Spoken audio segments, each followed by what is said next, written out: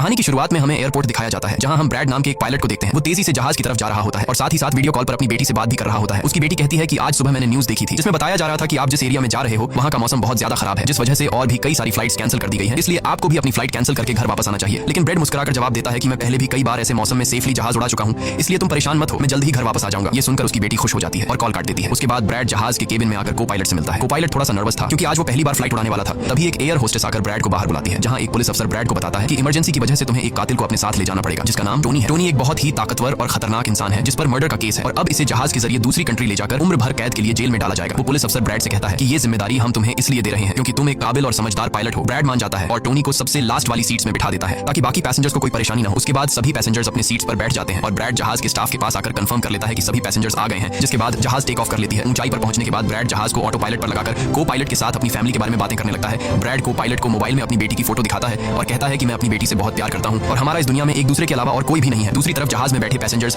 सफर को एंजॉय कर रहे होते हैं, लेकिन उन्हें पता नहीं था कि कुछ देर बाद उनके साथ बहुत ही बुरा होने वाला है। केबिन में बैठे दोनों पायलट्स भी खुश थे और जहाज भी नॉर्मल तरीके से फ्लाई कर रहा था, लेकिन तभी अचानक मौसम खराब हो गया और जहाज हल्के से झटके लेने लगा, जिस वजह से ब्रैड परेशान हो जाता है क्योंकि उसे कुछ ठीक नहीं लग रहा था। वो सभी मुसाफिरों को सीट बेल्ट बांधने के लिए अनाउंस करता है और रेडियो के जरिए वो कंट्रोल टावर से बात करने की कोशिश करता है, और उसकी बात नहीं हो पाती क्योंकि मौसम खराब होने की वजह से यहाँ के सारे रेडियोस काम करना बंद कर देते हैं। तभी अचानक बिजली का तेज झटका प्लेन से आकर लगता है, जिस वजह से प्लेन जोर जोर से झटके लेने लगता है। ब्रैड पैसेंजर्स का हाल देखने के लिए केबिन से बाहर जाता है। पैसेंजर्स को देखकर ब्रैड को थोड़ा बहुत सुकून मिल जाता है क्योंकि सभी पैसेंजर्स सेफ थे, पर यहाँ अब धीरे धीरे लाइट बंद होती जा रही थी और तभी प्लेन को कई और झटके लगते हैं, जिससे ब्रैड का सिर सामने छत से टकराकर नीचे गिर जाता है और उसके माथे पर चोट लग जाती है। इस सूरत हाल को देखते हुए सभी पैसेंजर्स की हालत खराब होने लगी थी। ब्रैड जल्दी से वापस केबिन में आकर अपने साथी के साथ मिलकर प्लेन को संभालने में लग जाता है। ये उनके लिए काफी मुश्किल टाइम था। मौसम खराब होने की वजह से उन्हें आगे कुछ भी नहीं दिखाई दे रहा था। ब्रैड कहता है कि हमें प्लेन को नीचे लाना होगा क्योंकि अगर प्लेन को एक और झटका लगा तो प्लेन तबाह हो सकता है। ये लोग फौरन जहाज का अल्टीट्यूड कम करने लगते हैं और जहाज तेजी से नीचे की तरफ जाने लगता है। जहाज के अंदर मौजूद पैसेंजर्स काफी ज्यादा डरे हुए थे। तभी क्रिमिनल टोनी के साथ जो पुलिस अफसर आया होता है, उसके हाथ से मोबाइल छूट जाता है। वो अपने मोबाइल फोन को उठाने के लिए अपना सीट बेल्ट खोल लेता है, जिसकी मदद करने के लिए एक एयर होस्टेस भी अपना सीट बेल्ट खोलकर आगे आती है। अब क्योंकि प्लेन तेजी से नीचे की तरफ जा रहा था, जिस वजह से उनका सीट बेल्ट खुलते ही ये दोनों तेजी से ऊपर छत से टकरा जाते हैं। ये दोनों इतनी तेजी से छत से टकराते हैं कि उनकी तुरंत मौत हो जाती है। इतने में जहाज काफी कम अल्टीट्यूड पर आ जाता है और किसी तरह करके ये दोनों पायलट जहाज को कंट्रोल कर लेते हैं। लेकिन अब जहाज में ज्यादा पावर नहीं बची होती, इसलिए ब्रैड जहाज को एयरपोर्ट तक नहीं पहुंचा सकता था, जिस वजह से ब्रैड जहाज को नीचे लाकर समंदर में क्रैश लैंड करने का सोचता है। लेकिन तभी ये दोनों कुछ दूर एक आइलैंड देख लेते हैं, जिसके बाद ब्रैड जहाज की डायरेक्शन आइलैंड की तरफ कर लेता है और आइलैंड पर लैंड करने का फैसला करता है। कई मुश्किलों के बाद ब्रैड इस आइलैंड पर मौजूद एक रोड पर फाइनली इमरजेंसी लैंड कर लेता है। लकीली इस इमरजेंसी लैंडिंग में सभी पैसेंजर्स सही सलामत होते हैं और किसी को भी चोट नहीं आती। तभी जहाज में पीछे शॉर्ट सर्किट होता है, जिसे देखकर ब्रैड खुश हो जाता है क्योंकि जहाज में अभी भी थोड़ी बहुत बिजली बची हुई थी। सभी पैसेंजर्स के जहाज से उतरने के बाद एक एयर होस्टेस कैप्टन ब्रैड को बताती है कि क्रिमिनल टोनी को ले जाने वाला पुलिस अफसर मारा गया है और एक एयर होस्टेस भी मारी गई है। ये सुनकर ब्रैड बहुत ज्यादा मायूस हो जाता है। दूसरी तरफ एयरलाइन कंपनी का मालिक देखता है कि उसका एक जहाज अचानक गायब हो गया है क्योंकि उसने प्लेन को लैंड होते हुए नहीं देखा था और काफी देर से रेडियो खराब होने की वजह से उसका पायलट से कांटेक्ट भी नहीं हो पा रहा था। इसीलिए वो एयरलाइन कंपनी का मालिक स्कार्सडेल नाम के एक रेस्क्यू एक्सपर्ट को बुलाता है, जो ऐसे लोगों को ढूंढने का काम करता है जो मुश्किल में कहीं फंसे हुए होते हैं। एयरलाइन कंपनी का मालिक उसे कहता है कि मुझे मेरे प्लेन्स की सारी डिटेल्स चाहिए, जैसे वो कहां गया, उसके वर्कर्स और सभी पैसेंजर्स कहां हैं। जिसके बाद रेस्क्यू एक्सपर्ट अपने काम पर लग जाता है। दूसरी तरफ सारे पैसेंजर्स इस सोच में थे कि हम यहाँ क्यों उतरे हैं। ब्रैड सभी पैसेंजर्स को इकट्ठा करके समझाता है कि इमरजेंसी की वजह से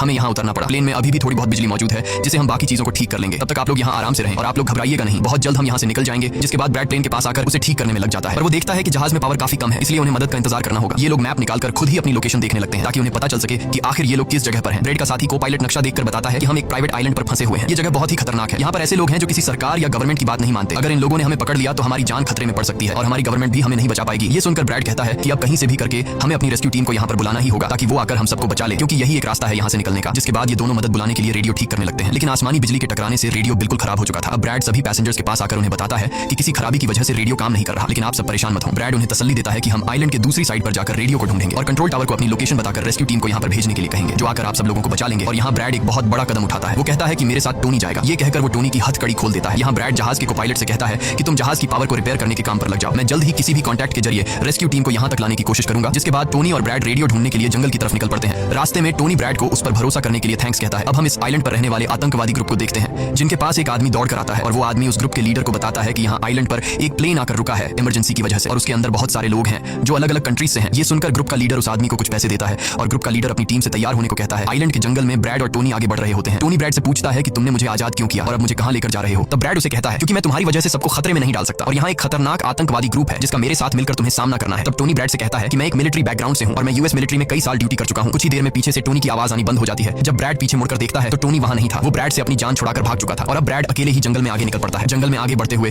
ब्रैड एक खाली पड़ी फैक्ट्री में जाता है जहां वो एक टेलीफोन को ढूंढ लेता है, लेकिन वो पुराने जमाने का टेलीफोन खराब पड़ा हुआ था। जिसके बाद ब्रैड साइड पर लगे उस टेलीफोन के तार जोड़ने लगता है और टेलीफोन काम करने लग जाता है। ब्रैड जल्दी से कंपनी के हेल्पलाइन पर कॉल करता है। ब्रैड हेल्पलाइन को अपनी लोकेशन और सब कुछ बता देता है, लेकिन लाइन में कोई गड़बड़ी होने की वजह से सामने वाले इंसान तक उसकी आवाज ठीक से नहीं पहुंच रही होती, जिस वजह से हेल्पलाइन वाले ब्रेड की कॉल काट लेते हैं। तब ब्रेड को एक आइडिया आता है। वो अपनी बेटी को कॉल करता है और उसे अपनी लोकेशन और बाकी सारी चीजें एक पेपर पर लिखकर उसके ऑफिस तक पहुंचाने को कहता है। तभी बातचीत के दौरान पीछे से एक आदमी आकर ब्रेड पर हमला कर देता है, लेकिन ब्रेड उसे काफी मुश्किल से काबू कर लेता है और उस आदमी को मार मार कर बेहोश कर देता है। तभी ब्रेड को महसूस होता है कि एक और आदमी इस कमरे में आ रहा है, इसीलिए जल्दी से वो छिप जाता है। पर वो आदमी कोई और नहीं बल्कि टोनी था, जिसने बहुत सारे गुंडों को मारकर उनके हथियार ले लिए थे। और वो ब्रेड को आवाज देता है कि डरो मत, बाहर निकलो। फिर जब ब्रेड सामने आता है तो टोनी ब्रेड को एक बंदूक पकड़ा देता है उसकी हिफाजत के लिए। उसके बाद ये दोनों जब फैक्ट्री के नीचे वाले फ्लोर में आते हैं तो यहाँ उन्हें एक कैमरा मिलता है, कैमरा की रिकॉर्डिंग और वहाँ पड़े पासपोर्ट से इन्हें पता चलता है कि इस आइलैंड पर रहने वाले आतंकवादी लोगों को किडनैप करके उनकी फैमिली से काफी बड़ी रकम की डिमांड करते हैं। और जब किडनैप किए हुए बंदे की फैमिली की तरफ से उन्हें पैसे मिल भी जाते हैं, तब भी ये लोग उसे छोड़ने के बजाय मार देते हैं। ये देखकर ब्रेड समझ जाता है कि हमारे पैसेंजर्स भी खतरे में हैं। जिसके बाद ये दोनों बाहर निकलते हैं और सामने उन्हें एक गाड़ी दिखाई देती है। ये गाड़ी उस आतंकवादी की थी जो कुछ देर पहले ब्रेड के हाथों मारा गया। अब ये दोनों बाहर खड़ी गाड़ी में बैठ जाते हैं और अपने पैसेंजर्स की तरफ जाने लगते हैं। उधर सभी पैसेंजर्स ब्रेड के इंतजार में बैठे हुए होते हैं कि ब्रेड जल्द ही उनके लिए मदद लेकर आ जाएगा। तभी उन्हें किसी गाड़ी की आवाज आती है। गाड़ी की आवाज सुनकर ये लोग खुश हो जाते हैं और ये लोग समझते हैं कि ब्रेड उनके लिए रेस्क्यू टीम बुला लिया है। लेकिन ये रेस्क्यू टीम नहीं बल्कि इस आइलैंड पर रहने वाले आतंकवादी थे। वो लोग गोलियां चलाकर सभी पैसेंजर्स को डराने लगते हैं। उन गोलियों की आवाज ब्रेड और टोनी ने भी सुन ली थी। जिसके बाद ये लोग कार की स्पीड बढ़ाकर जल्दी से प्लेन तक पहुंचने की कोशिश करते हैं। आतंकवादी ग्रुप का लीडर एयर होस्टेस से सभी यात्रियों की लिस्ट मांगता है। डर के मारे जल्दी से एयर होस्टेस उसे लिस्ट लाकर दे देती है। फिर गैंग का एक आदमी को पायलट से पूछता है कि तुम्हारा सीनियर पायलट कहां पर है, जिस पर को पायलट बताता है कि किसी काम से वो जंगल में गया था पर अभी तक वापस नहीं आया। तभी वहां पर ब्रेड और टोनी भी पहुंच जाते हैं, लेकिन ये दोनों चुपके से दूर से इन लोगों को देख रहे होते हैं। इसी दौरान एक औरत वहां से भागने की कोशिश करती है पर वो लोग गोली चलाकर उसे मार देते हैं। ये देखकर ब्रेड उनकी मदद करने के लिए जाता है पर टोनी उसे रोक लेता है और टोनी कहता है कि तुम शांत रहो, अभी जाना ठीक नहीं। गैंग का लीडर सभी पैसेंजर्स को एक बस में बैठा लेता है और गैंग का लीडर अपने दो साथियों को वहीं छोड़कर उनसे कहता है कि जाओ, जहाज के अंदर जो भी कीमती सामान है उसे ले आओ। जिसके बाद ये लोग सभी पैसेंजर्स को अपने अड्डे पर ले जाने लगते हैं। गैंग के जाने के बाद ब्रेड टोनी पर गुस्सा करने लगता है कि वो लोग हमारे पैसेंजर्स को ले गए और तुमने मुझे जाने ही नहीं दिया। जिस पर टोनी उसे समझाता है कि वो लोग काफी ज्यादा थे, अगर तुम चले भी जाते तो इतनी बड़ी आर्मी से अकेले नहीं लड़ पाते। अब ये दोनों प्लेन की तरफ बढ़ने लगते हैं और उन दोनों गुंडों को पकड़ लेते हैं जो प्लेन से कीमती सामान चुरा रहे थे। ब्रेड गन पॉइंट पर उनसे पूछता है कि तुम्हारा लीडर पैसेंजर्स को कहां पर लेकर गया होगा, जिस पर वो बताता है कि यहाँ से कुछ दूर हमारा एक अड्डा है और वो सब वहीं गए होंगे। दूसरी तरफ ब्रेड की बेटी रेस्क्यू एक्सपर्ट के पास ब्रेड का लिखवाया हुआ पेपर दे देती है, जिस पर प्लेन का लोकेशन और सारी जानकारी लिखी गई होती है। रेस्क्यू एक्सपर्ट सैटेलाइट की मदद से प्लेन की लोकेशन का पता लगा लेता है। उन्हें पता चल जाता है कि प्लेन एक आइलैंड पर फंसा हुआ है और उन्हें यह भी पता चल जाता है कि इस आइलैंड पर एक खतरनाक आतंकवादी ग्रुप है। इसके बाद वो रेस्क्यू ऑफिसर अपनी एक प्राइवेट आर्मी के कैप्टन को कॉल करता है और उसे ये सारी सिचुएशन समझाकर उस आइलैंड पर जाने को कहता है। प्राइवेट आर्मी का कैप्टन मान जाता है और अपने साथियों के साथ एक पैसों का भरा हुआ बैग और कई सारे वेपन्स के बैग गाड़ी में लोड करके उस आइलैंड पर जाने के लिए रेडी हो जाते हैं। दूसरी तरफ ब्रेड देखता है कि उन आतंकवादियों के ले जाने से पहले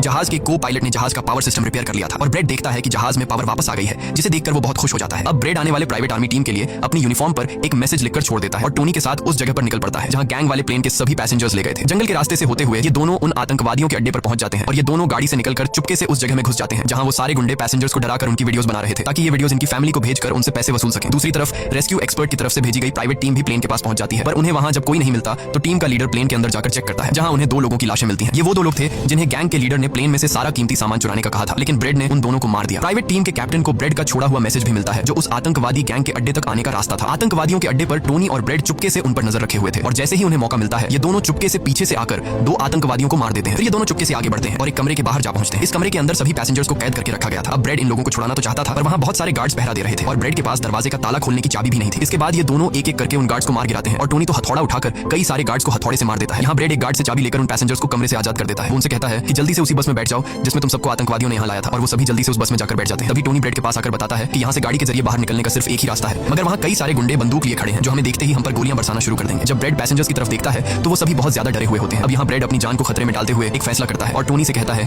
कि मैं वहाँ पर मौजूद सभी आतंकवादियों का ध्यान भटकाऊंगा और तुम मौके का फायदा उठाते हुए सभी पैसेंजर्स को यहाँ से ले जाना। अब पहले तो टोनी ब्रेड को ऐसा करने से मना करता है। वो कहता है कि ऐसा करने से वो लोग तुम्हें मार देंगे, लेकिन ब्रेड कहता है कि इसके अलावा हमारे पास और कोई दूसरा रास्ता नहीं है। ये सुनकर टोनी मान जाता है। ब्रेड वहाँ से निकलकर आतंकवादियों के पास आता है। वहाँ ब्रेड गैंग के लीडर से बात करता है कि मैंने हेल्प के लिए इन्फॉर्म कर दिया है, जल्द ही यहाँ पर रेस्क्यू टीम आ जाएगी, इसलिए सभी पैसेंजर्स को यहाँ से जाने दो। ये सुनकर सभी गैंग वाले ब्रेड पर हंस पड़ते हैं और ब्रेड को पीटने लग जाते हैं। गैंग का हेड कहता है कि ऐसे कैसे छोड़ दूं, पैसों के बिना मैं किसी को नहीं छोड़ता। और अब जैसे ही ये लोग ब्रेड को मारने वाले होते हैं तभी वहाँ पर प्राइवेट रेस्क्यू टीम पहुंचकर आतंकवादियों पर हमला कर देती है और काफी देर तक गोलीबारी करने के बाद गैंग के कई सारे लोगों को मारकर वो ब्रेड को छुड़ा लेते हैं और ब्रेड को बस में उठाकर यहाँ से निकल जाते हैं। यहाँ गैंग का लीडर देखता है कि उसके कई सारे साथियों के साथ उसका छोटा भाई भी मारा गया। ये देखकर वो बहुत ज्यादा गुस्सा हो जाता है और कसम उठाकर कहता है कि वो इन लोगों में से एक को भी नहीं छोड़ेगा और सभी को चुन चुनकर मारेगा। इसके बाद वो अपनी टीम से कहता है कि जल्दी से तैयारी कर लो, हम जल्द ही इन लोगों को मारने के लिए निकलेंगे। बस में प्राइवेट टीम का कैप्टन सभी को बताता है कि हम बस 5 लोगों की छोटी सी एक प्राइवेट टीम है जो बस तुम्हें यहाँ बचाने के मिशन पर आए हैं और हम कोई रेस्क्यू टीम नहीं है। रेस्क्यू टीम को यहाँ आने में कुछ टाइम और लगेगा। ये सुनकर ब्रेड घबरा जाता है और कहता है कि हमारे पास टाइम नहीं है क्योंकि गैंग वाले जल्द ही हमारे पीछे आएंगे और हमें देखते ही मार डालेंगे। पर मेरे पास एक आइडिया है। जहाज के पास पहुंचते ही ब्रेड सभी पैसेंजर्स से कहता है कि जहाज में पावर वापस आ चुकी है, यानी अब जहाज स्टार्ट हो जाएगा और हम लोग फौरन यहाँ से निकल जाएंगे, इसलिए आप सब लोग जल्दी से जहाज में बैठ जाओ क्योंकि हम रेस्क्यू टीम का इंतजार नहीं कर सकते। उन्हें यहाँ आने में वक्त लगेगा और अगर हम यहाँ रुके तो उन आतंकवादियों के हाथों मारे जाएंगे। ये सुनकर सारे लोग प्लेन में बैठ जाते हैं जबकि ब्रेड प्लेन की तमाम चेकिंग करने में लग जाता है और प्राइवेट टीम के लोग पहले से आने वाले खतरे के लिए तैयार बैठ जाते हैं। तभी अचानक वो आतंकवादी ग्रुप आकर उन पर हमला कर देता है जिन्हें देखकर प्राइवेट टीम उन्हें रोकने में लग जाती है और यहाँ दोनों तरफ से काफी गोलीबारी होती है। पर इस प्राइवेट टीम के पास काफी अच्छी गन्स थी जिस वजह से वो बहुत सारे गुंडों को मार देते हैं। ब्रेड जल्दी से प्राइवेट टीम के लीडर को बताता है कि मैं अगले 5 मिनट बाद जहाज को स्टार्ट करने वाला हूँ और तुम सब भी जल्दी से जहाज में चढ़ जाना। इसके बाद ब्रेड टोनी के पास जाता होता है और उसका शुक्रिया अदा करता है कि तुमने मेरे इतने मुश्किल वक्त में साथ दिया। ब्रेड खुद को गोलियों से बचाते हुए